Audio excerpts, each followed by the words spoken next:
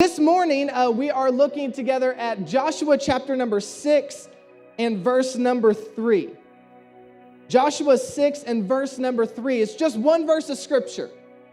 One verse of scripture this morning that I want to look at. And for those who maybe aren't familiar with the story, or for those who are familiar but just need a refresher, I want to kind of give a backstory here. In Joshua chapter 6 and verse 3, we see that Joshua and the Israelites have made it to a place called Jericho. And in Jericho, it is surrounded by walls, like walls that cannot be penetrated. Like these walls, it's a fortress. And you can't get around them, you cannot get through them. And they come up to these walls, and while they're still outside of Jericho, God speaks to Joshua and the Israelites and tells them that he is given Jericho into their hands.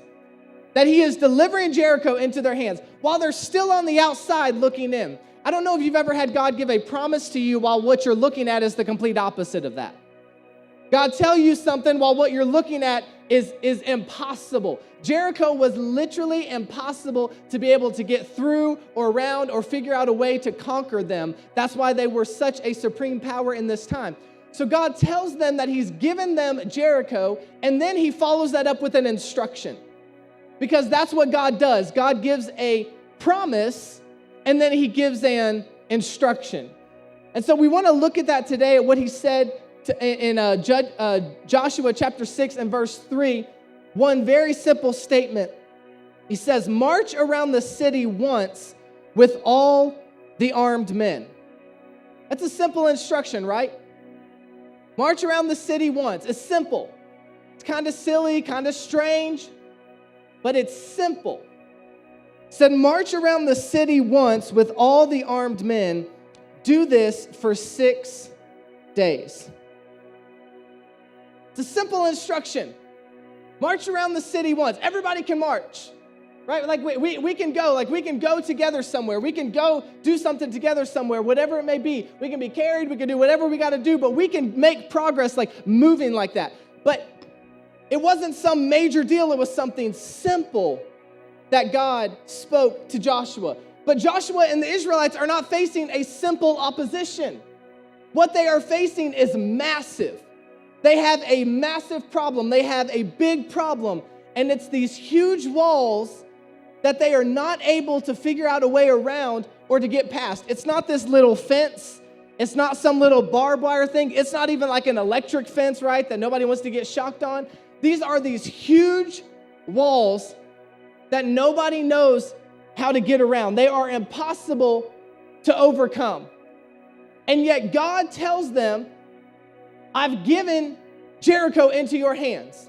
But they could not see what God had promised unless they figured out a way to get through the walls. So God comes to them and he's like, listen, I have the answer. I have the solution. I have the way we can do this thing. And he tells Joshua, he's like, okay, march around the walls once. So Joshua, like, picture this for the Israelites, right? Because we read it and we understand. But like, picture this if you're the Israelites' time. They hear from Joshua, and Joshua's like, okay, everybody gather around. Come here. I got something amazing to tell you. I got something fantastic to tell you. Like, I got to tell you what God told me. He said he's going to give us Israel, or he's going to give us Jericho, and let me tell you how. Gather around. This is amazing. And the Israelites are like, woo, God spoke. This is going to be fantastic. We have the answer. And they're like, what's the answer? And Joshua said, march around the city once. They're like, okay, strange, right? Weird, but okay, we can do that. But then what did God really say? Like, what's the actual thing that's going to make this happen? And Joshua's like, whoo, this is where it gets really good, right? Like, you're not going to believe what God said here. This is where it gets good. I know, walk around the building, it's weird, but this is where it gets really good. And so they're like, woo, this is amazing. This is the answer. What do we do? And Joshua's like, do it 6 more times after that. Like, I don't care how much faith you think the Israelites had. This is not the answer they wanted to hear. This is not the solution to their problem that they wanted to hear. march around the city once and then do it 6 more times and then shout and praise and then the wall. Like, that's not what they wanted to hear. Because whenever we go to God with a big problem, we are looking for a big solution.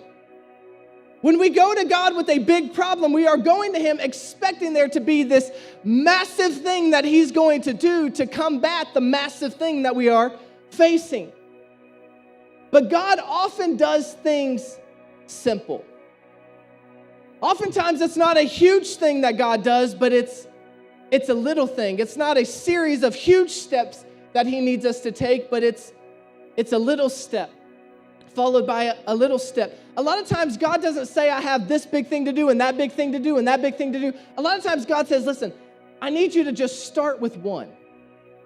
Start with one. Just start with this one right here. So today, I want to talk to you on the subject, start with one. Let's pray together. God, I thank you for today, and I just thank you that we have the opportunity to gather together today on Pentecost Sunday. And I pray, Lord, that you would help us to reflect on what today symbolizes and what it means in our lives. That it's not something that is one and done in Acts 2, but it carries with us today into our everyday activities. Lord, I pray that you would speak to our hearts, that you would prepare us, that you would be with those here in house, that you would be with those watching online. Help us to hear from you today, and I thank you for it in Jesus' name.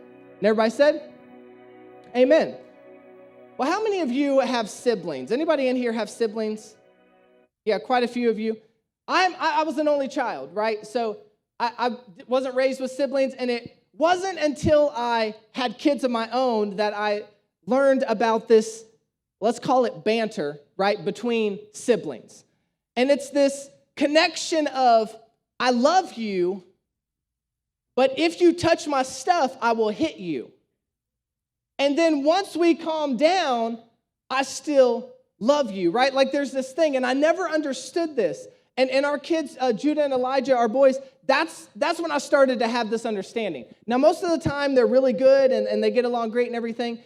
But I'll be honest, life was a lot easier when Elijah couldn't walk or talk or play with toys or anything like that. Because Judah was content just playing with his own stuff by himself. And Elijah was content not doing anything because he really had no choice but to do nothing because he couldn't do anything.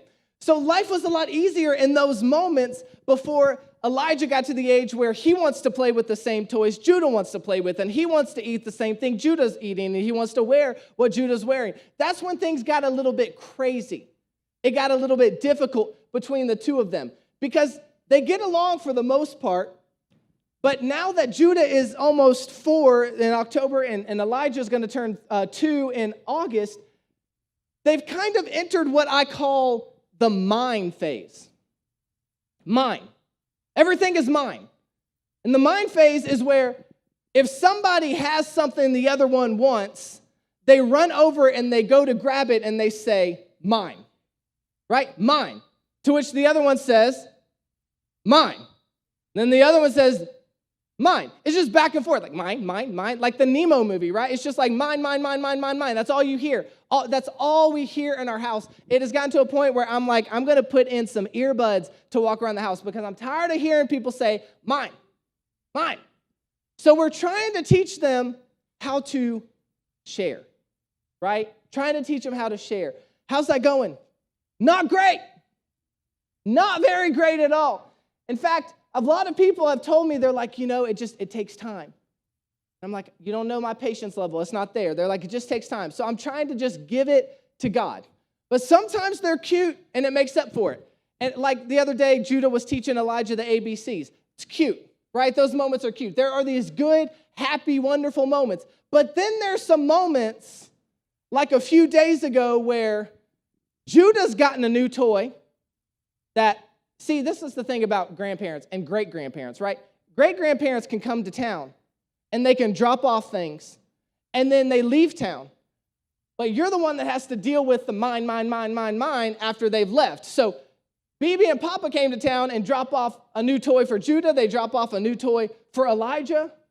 But the problem is, Judah wasn't playing with his toy at the time, and Elijah didn't want to play with his own toy. He wanted to play with Judah's toy.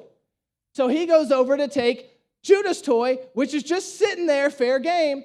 And as soon as Judah heard the toy, he comes running over, mine. And then Elijah's like, mine, Bubba, mine. Because Judah's like got my voice, like the high pitch. And then Elijah, I don't even know what it is. He's like a baritone. He's like, mine, Bubba. And Judah's like, mine. And Elijah's like, mine, Bubba, just back and forth.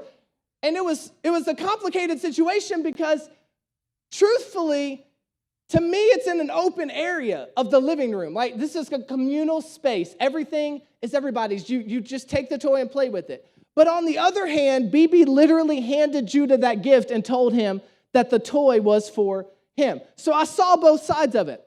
So it was complicated, but what I did was I just took the toy from them and I said, well, now it's nobody's. Right? That's the thing that you do as a parent. You just take it.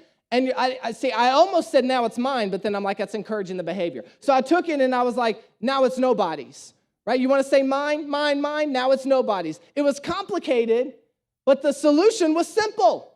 I just took the toy. You're going to argue about the toy? I can't really explain to you why it's not yours and all this stuff. I'm just going to take it. And it was a simple solution to a complicated problem, and that's the first thing I need you to see, is that a complicated problem often has a simple solution. Complicated problems, simple solutions. The Israelites were facing a complicated problem with the walls of Jericho. It was complicated. It was not easy for them to handle. It was not easy for them to overcome, but it had a simple solution. God told them in verse number 3, march around the city once with all the armed men. Do this for 6 days. It's a big problem. Big problem. What is God's solution for a big problem? Something simple. Something simple. He said, march around the city once. God's solution for a big problem was not, you need to do this and you need to do that and you got to do this and this and all this stuff. No, he said, listen, march around the city once. It was a major problem, but it had a simple solution. All God was looking for was a start, something that could lead to another step, followed by another step. All God needed was for them to take a step in the right direction. He didn't need them to figure out how to burn the walls down. He didn't need them to figure out how to beat the walls down, how to figure all this. He just needed them to obey the instruction because God has always operated in the simple. God has always operated in the simple things. And it's interesting to me, and my question to you today is, if God often operates in the simple, why is it that we tend to ignore it? If God is operating in the simple things, why is it that we tend to avoid it and to ignore it? If God operates in the simple habits, in the small habits, in the seemingly insignificant habits, the daily routines, the daily little steps, if he operates in those things, why is it that we tend to avoid it and to ignore it? It's amazing to me. We'll have things that we'll be praying for big miracles. We'll be believing for big miracles. We'll be desiring big miracles. We'll be dreaming of big miracles.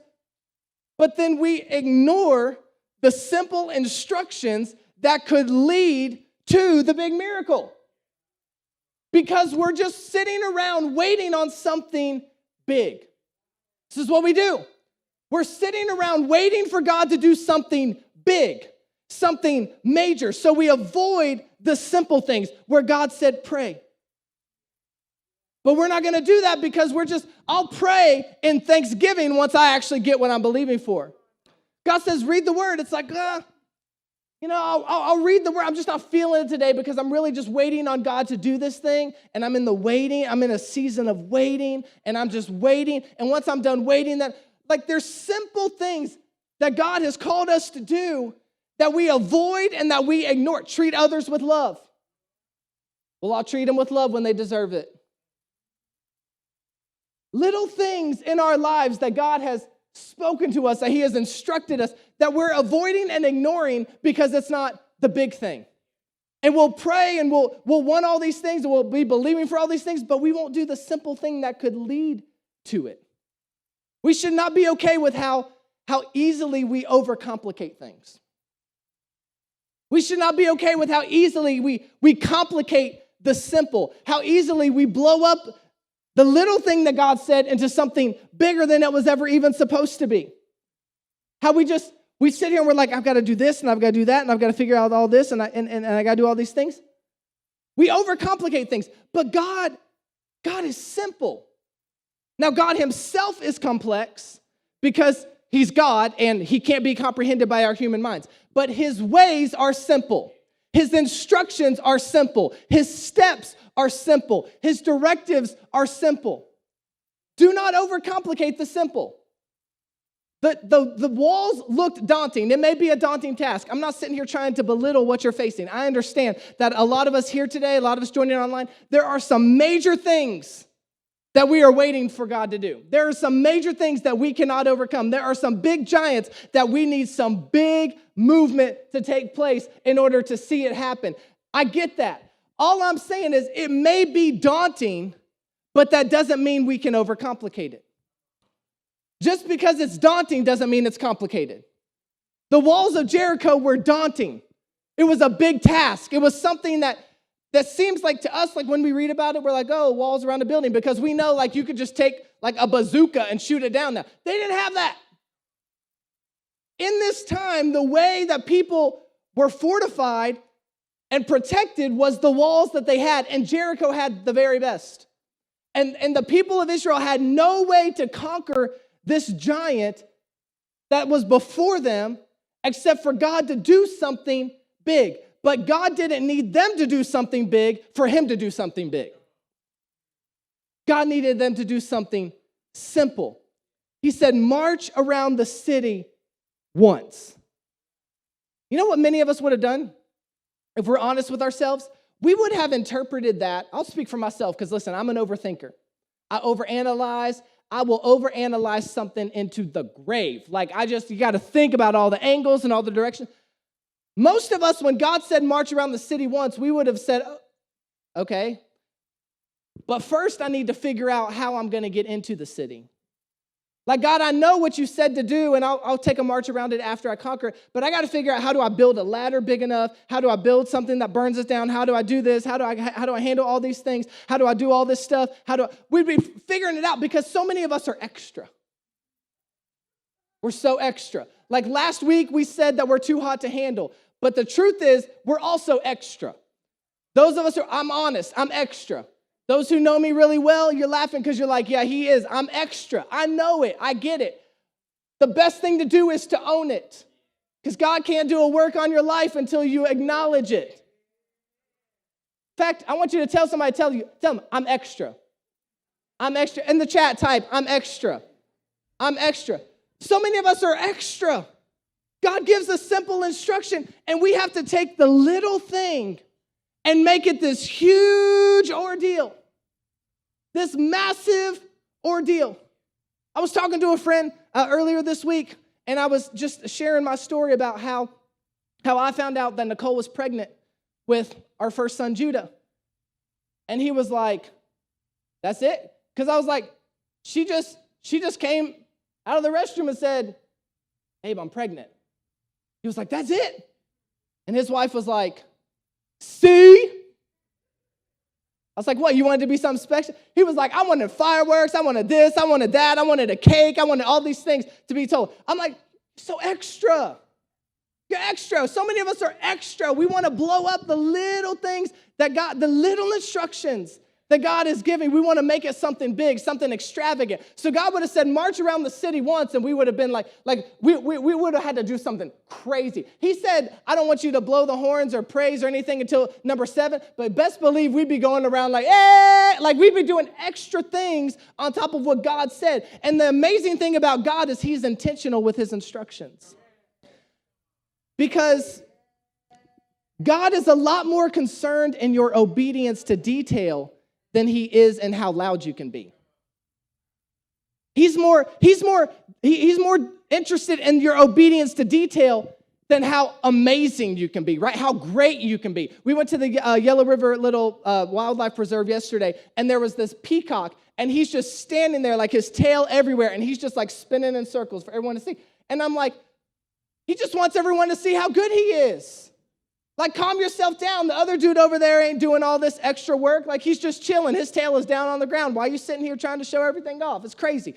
But God's a lot more interested in you just sitting there with your tail down, if that's what he told you to do, than he is in you sitting here and having to spread your feathers and show everybody how good you are, how much you can do, how extra you are. God said, listen, I just want you to march around the city once.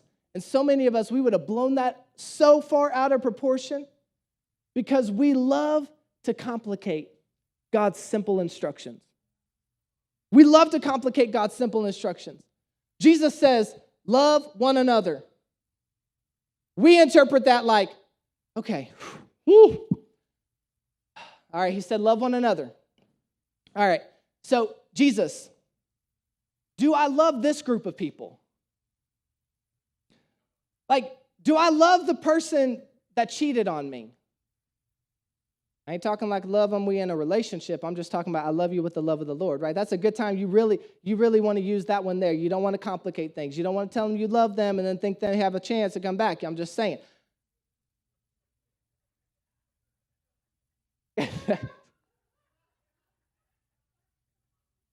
It's like, yeah, somebody said extra.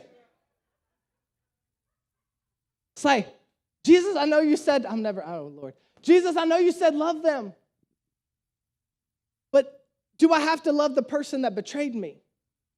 You said love them, but do I love the person that stabbed me in the back? You said love them, but do I love the person who was nice to my face and mean behind me? God, you said love them, but do I love the person that doesn't believe what I believe? You said love them, but do I love the person that's not living the way that I think they should be living? I'm so confused. Jesus, help me. And Jesus is just like, not complicated.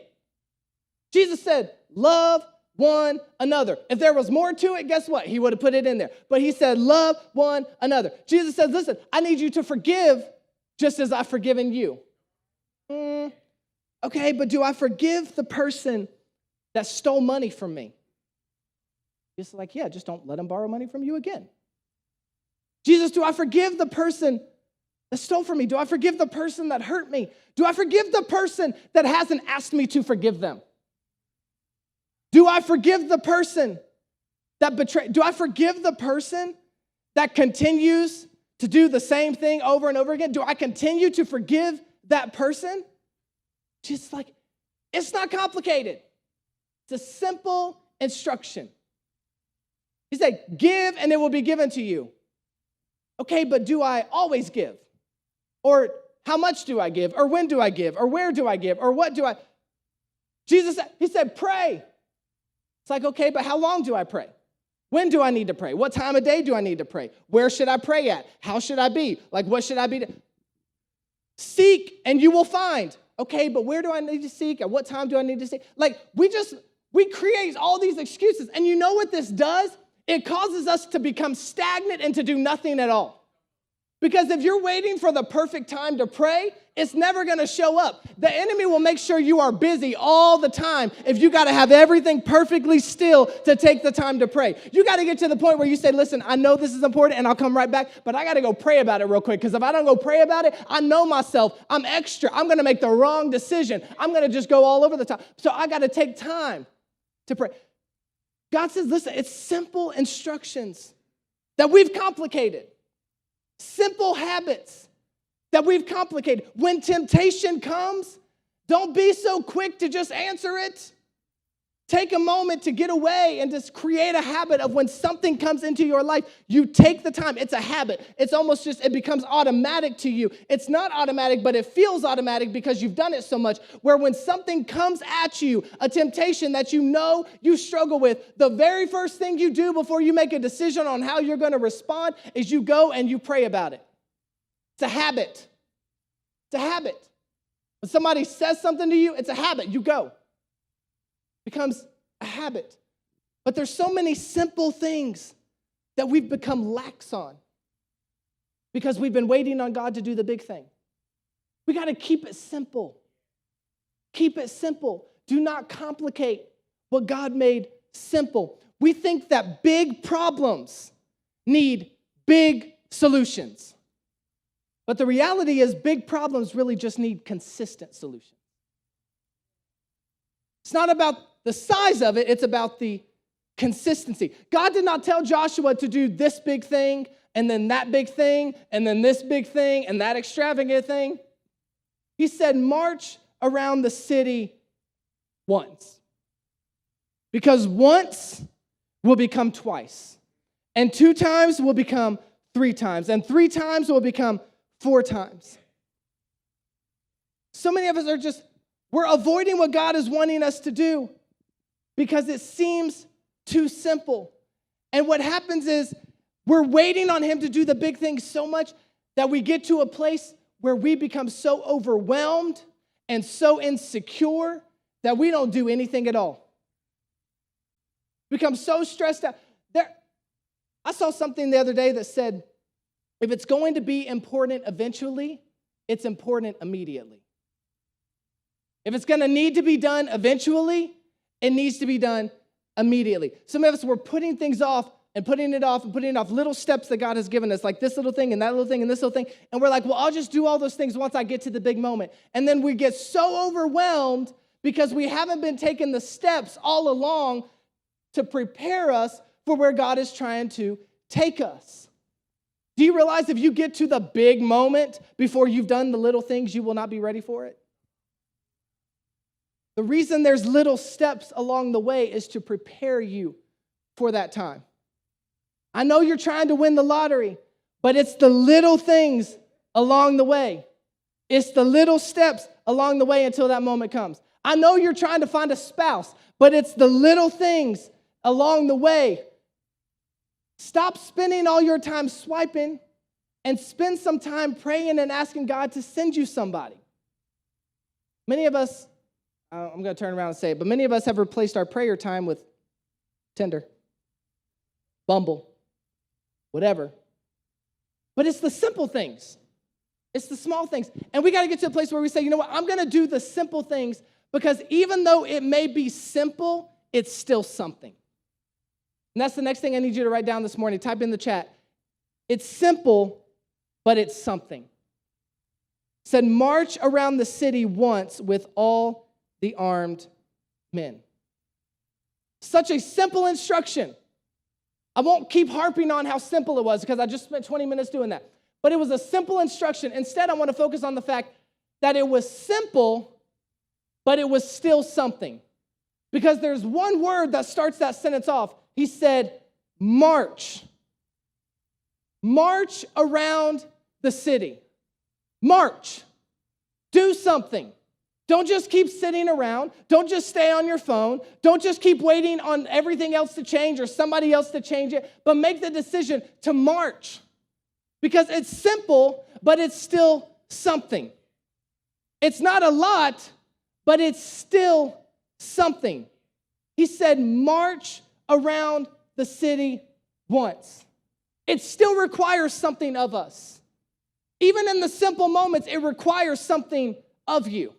And my concern is that many of us are sitting around waiting on everything else to change. Waiting on the world to change, right? Copyright John Mayer. Waiting on everything around. We're sitting around, we're waiting for everything around us to change when God is saying, would you please march? We're waiting on the walls to come down before we march. We're waiting on the walls to come down before we ever take the first step that God gave us. He's saying, would you please march? It's simple, but it's something. We're sitting around like, God, I wish that my relationship would change. God, I wish that my job would change. God, I wish that my mental state would change. I wish my motivation would change. I wish my environment would change. And God's like, cool, then march. We're like, no, but I need you to change it. And God's like, I'm trying to, but you need to march. Take a step, and then another step, and another step and another step, because every simple step leads to what God is trying to do. Doesn't require a whole lot to march. You don't have to be super gifted to take that step in the direction of what God's telling. Because listen, I don't know anything about fighting, right? I do not know how to fight. I've never known how to fight. I've always surrounded myself with people who knew how to fight because I didn't know how to fight. I don't know how to fight, but I know how to march. I don't know how to knock down walls, but I know how to march. We got to get to the place where we say, God, I don't know how to change my children, but I know how to pray. God, I don't know how to undo my past, but God, I know how to start taking the right step in the right direction. God, I don't know how to overcome what they're doing to me now, but what they did to me then, but God, I know how to forgive now. God, I don't know how to do this, but I know how to do that. I can't conquer the wall. I can't conquer the temptation on my own, but I know how to find an accountability partner that I can go to. I don't know how to conquer the wall, but God, I know how to march. I know how to march. It may seem insignificant, but it's important. It may seem like an insignificant instruction, but it's important. It may seem like it doesn't matter to anybody else, but it's important. But we got to get to the place where we say, you know what? I'm going to march. I'm going to march. Somebody say march. Type in the chat online, march. It seems insignificant, but I'm going to march. And no matter how long it takes, I'm going to keep doing it. I'm going to take step after step after step, no matter how long it takes, because I know that consistency turns simple into powerful. Consistency turns simple into powerful. Said, march around the city once with all the armed men. Do this for 6 days. March around the city once. It was a simple instruction, but it was the consistency. This is the last thing I need you to see. It was the consistency that brought about the miracle. It wasn't the fact that they just marched one time around the walls that caused them to come down. If you read the story, they marched around the city once and nothing happened. They marched around the city a second time and nothing happened. They marched around the city a third time and nothing happened. There wasn't a shake. There wasn't a little bit of a rumble. God didn't speak audibly from the clouds and say, good job, it's about to happen. It was the consistency that brought about the miracle. Because once you do it once, it can lead to the second time. Doing it once was great. Doing it twice was good. Doing it 3 times, amazing. But eventually the 6th time led to the 7th time. And after the 7th time is when the walls began to fall. If we can bring ourselves to do it once, then we can bring ourselves to do it twice. If we can bring ourselves to do it twice, we can bring ourselves to do it 3 times. If you can bring yourself to forgive that person, really forgive them one time, you'll find you can forgive them again. If you can bring yourself to look at somebody who hates you and tell them that you love them, it gets a lot easier. Never gets easy, but it gets easier because it becomes a habit. I hate you. I love you. You're the worst. I love you. I wish you would die. I love you. It's not easy, but the more we do it, the more it becomes a habit. The more we do it, the more it becomes a part of who we are. When you feel like your temper is about to go off and you're just about to lose it, take the time to just a deep breath. Like, I know this isn't really a spiritual thing, whatever, but just take time to step away for a moment. Because the more that you do it, the more it becomes part of who you are and who God has created you to be. Taking the step. It's simple things, but it's the consistency that brings about the miracle. It's not the great, huge things, but it's the simple things. You don't overcome bad habits and create new habits by just one big, huge thing. You do it through consistency. I saw this quote this week. I actually saw it last night. It's by James Clear and Alfred Lin. It said, reading 20 pages per day is 30 books a year. Saving $10 per day is $3,600. I told you I can't do math. I can't even read math. That's how bad it is. $3,650 per year. Running 1 mile per day is miserable. Is 365 miles per year. Becoming 1% better per day is 37% better per year. Small habits are underestimated. Small habits are underestimated. Start once and then build off of it through consistency. Through consistency. Consistently going to your accountability partner when you need help. Consistently making a decision, I'm going to pray in this moment. Consistently making a decision, I'm not going to miss church. Consistently making a decision, I'm going to treat people with kindness. Consistently making the same decision over and over and over again, because it's about the consistency. It's not about just one huge thing.